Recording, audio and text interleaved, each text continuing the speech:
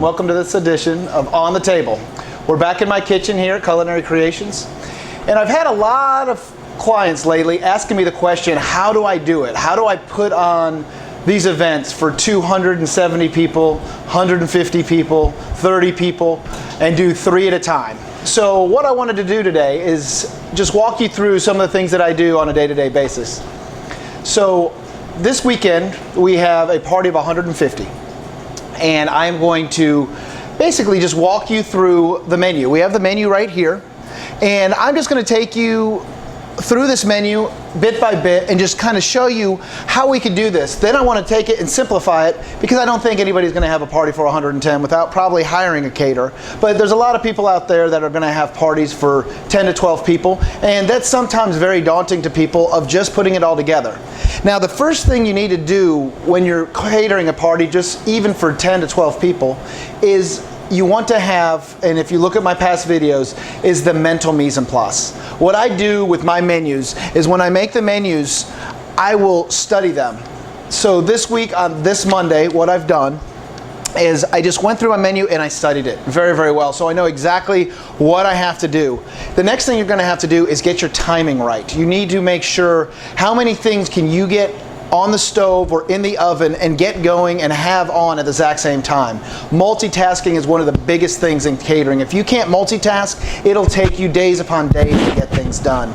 So what you want to do is make sure that you can multitask through everything, and with that comes a lot of planning. So what I do is on Monday, I will take my menu out, I'll go through it and study it. Then what I'm going to do is I'm going to make a shopping list. And through some of my videos before, you saw my shopping list. I do a meat, a produce, a dairy, and then an other. And that's how the top of my shopping list look. That way you're not running through the store, and again, there you go with timing. So your timing is going to be more efficient through the store. You'll go to your produce, then you'll go to your dairy, you'll get your meats, and then all the other little things that you'll get. But the other thing that you're gonna have to do as well is study that shopping list. Don't just go in there cold, just make it and you run to the store, because then you'll be walking through aisles. Let's say you needed canned tomatoes. You'll walk right by the canned tomatoes, you go get the meat, and you'll completely forget that, oh yeah, I needed canned tomatoes. So what you need to do is just make sure you're having timing with everything. Next, you're going to make your prep list. Usually I start on Wednesday. I start with all my sauces, all my soups, things like that that can hold from Wednesday, Thursday, Friday. Now these sauces definitely hold, and they actually get better and better. Like you've seen in my past videos, soups, sauces, everything like that get better days out. So if I make it on Wednesday, it's going to be better on Thursday, it's going to be even better on Friday, and wonderful on Saturday. So all those soups and all those sauces, all the ingredients marry throughout those days and really, really become much better as the week progresses. On Thursdays, I want to do things that will last for a little bit. For instance, what we have on this one, we have a wasabi lime crab salad with cucumber. What I've done is I sliced my cucumbers, I've made my basil cream. I have a crab dip on this menu, so I went ahead and made the crab dip. Now that cream cheese that's in the crab dip will almost solidify and lock in and make everything airtight, so that air's not getting to the crab and making it bad. So that's something you could do ahead of time. I blanched my pasta. The pasta will last a couple days. So those are all things. Today, what I have is I've made my burgers. I'm going to make my beggar purses. I'm going to make pot stickers and do a lot of the stuff on the stove and a lot of cooking today. Fridays are my heavy day with cooking. And then Saturday, the days of the job, I just have the light and delicate things like making the tuna tartare, making the fried wontons, making the zucchini pancakes. So those are all little delicate things that I'm going to do on Saturday that I don't want to go back into a cooler and then come back out. I want to make them right before I go to the job so they're nice and fresh. And then I'll pop them back in the oven when we get to the job. So, saying all that, what we're going to do today is I'm going to just walk you through a couple little different things and show you that if you have the right mise en place and the right equipment, it's going to make your job a lot easier. And I'm going to give you little teeny secrets here that are going to be fun, that are going to help you cook a lot quicker for even just 10 to 12 guests. Okay, here we have a bunch of crostini that we have to make. I have mini blue cheeseburgers on crostini. So I have 150 people, so I have to make probably about 250 to 300 crostini and hamburgers. So little mini hamburgers. So I'm going to show you quick ways of doing this. Let's say you just have 10 to 12 guests. What you're going to do is just take your bread And what I like to get, instead of a French baguette, I like to get the bread that is a take and bake, because it is a lot crisper. It's not as dense. When I usually get the baguettes, when you bite into them, it's a little harder to do, and it's a little bit more crisp. This is a nice light. When it bakes, it will be nice and light. So when you bite into it, it breaks really easy, and it doesn't crack everywhere and fall into your hands. So remember the take and bake bread that you can find at Harris Teeter or Food Lion. So I'm just going to take this and slice this. Now, one of the biggest things, and my dad taught me this, everything is time efficiency. So every single time you do this, pick your knife back up, slice again, and this, I have seen people do this. Look how much time that takes. So what you want to do is keep that knife in your hand as long as you can. So go through the whole baguette as much as you need to cut. Cut it all at once.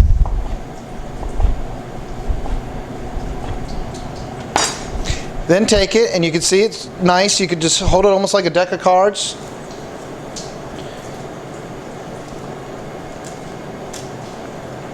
There you go. So if you have a little bit more room, you could slide them in between. You don't have to be just, right on the money with these. Just try to fit them in. And sometimes I've even just put them in between the middles. This will still bake nicely. Now, a lot of people, what they'll do here is they'll get a little bottle or a little glass jar, and they'll fill it with olive oil, and they'll just do a little dip on every single one, and they'll take it and dip. What I like to do, make it quicker, get my squeeze bottle, splash it with a little bit of extra virgin olive oil, and I mix that with just virgin olive oil and extra virgin olive oil. I don't want that olive oil taste to come in too much, because it will overpower some of the things that we're doing with this if it's a delicate. So a much quicker way, just brush that on there. Then I take a little bit of pepper. There you go. So I've done 3 sheet pans, and it took me about, probably 15 minutes to do these 3 sheet pans with this, just because I did it with a little bit more time efficiency. So what I'm going to do is take these, pop them in the oven at 325, and those will stay in there for about 15 minutes. Make sure all ovens are different, so make sure you constantly check yours, you don't burn it. But 325 for about 15 minutes, and those will be done. So next we have to make the mini burgers. So a lot of times I see people taking them, rolling them, patting them out. And this, for 10 or 12, it's fine if you have some time to do that. But what I like to do is I take my scoop, just smush my meat in there, little ice cream scoop.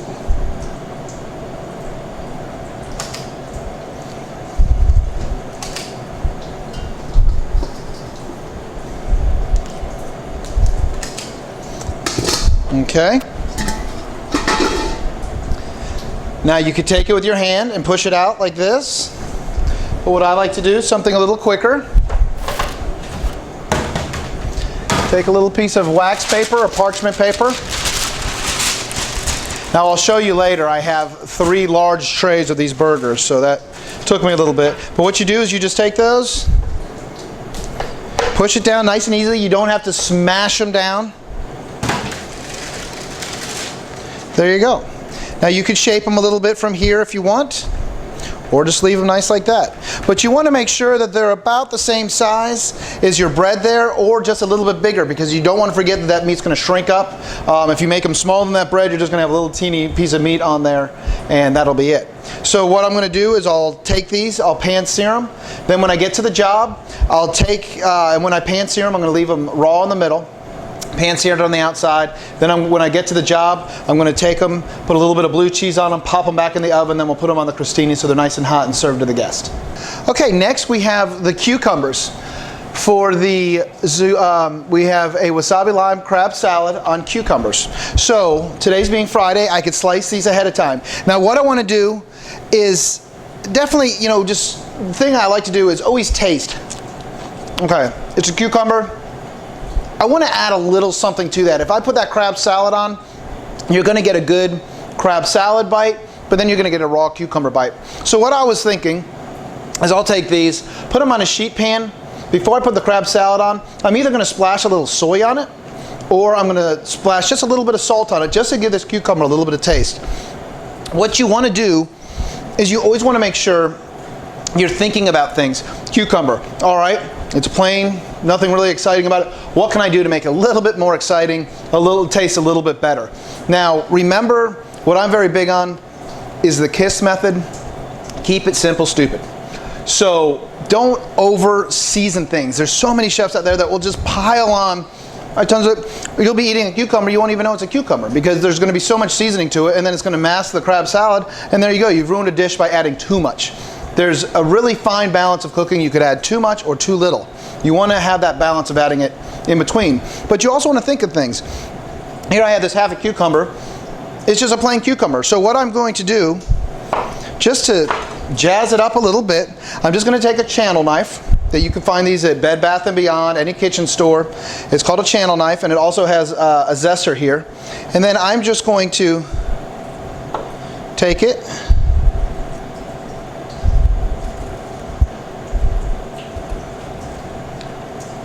and just add some channels to it. And there you go. Now the cucumber will have a little bit of style to it. And then we'll add the salt so it has a little bit of taste. Okay, now we have 150 people. Now we could take a cucumber, and I know a lot of people that don't cut very well, and they'll be here all day, and then they'll do this, and then they'll do that, and then your cucumber is all messed up. It's all different sizes. So there's a lot of different machines out there and a lot of different equipment that will make your life a lot easier. This is called a mandolin. I like getting the mandolin at a chef's store. I don't like those that are out on the market at Bed Bath & Beyond. They have the little V cutter. They're very, very dangerous. You always need something to do it. I won't use them because they're way too dangerous. This is still a very dangerous machine. What we have here is a blade, and it's very, very sharp. You're going to be taking your hand and going very quickly over this. So you have to really be careful. Being a chef and all the years I have been a chef, I've cut my fingers so many times on this, it's ridiculous. But it does happen, and mistakes are gold as long as you learn from them, right? And you'll see the way I hold this with my fingers at first.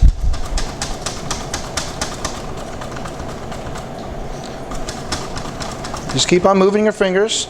Now make sure you clear the bottom or they're going to start, the slices won't go through right. And then when I get to this, I take my palm and I put it like this. Okay, because you're not going to really cut your palm with that. So there you go. That's a cucumber and a half within 10 seconds. Those are just some of the tips that I have, and that helps me get through 150 people in a weekend. It's just by staying organized, making sure everything from Monday to Saturday is in a timely fashion, and that I have as many things as I can going at one time. As of right now, I have sauces going, I have some bread going. I'm going to start searing some of my mahi. I'm going to start searing those burgers. All these things that I'm searing, basically what I want to do is just lock in those juices. I'm going to make them, they're going to be raw, but when I get to the site, I have an oven on site and I'm going to finish cooking all those things there. I'll heat up all my sauces there, and that way everything is coming right out of the oven fresh. Sauces are piping hot right on the thing, and it goes right out to the plate. So these are the little tricks of the trade that makes my job a little bit easier. Hopefully it can make your job a little easier, just even if it's 10 to 12 people. And if you have more than that, please feel free to give me a call. Stay tuned to On the Table, and we'll see you soon.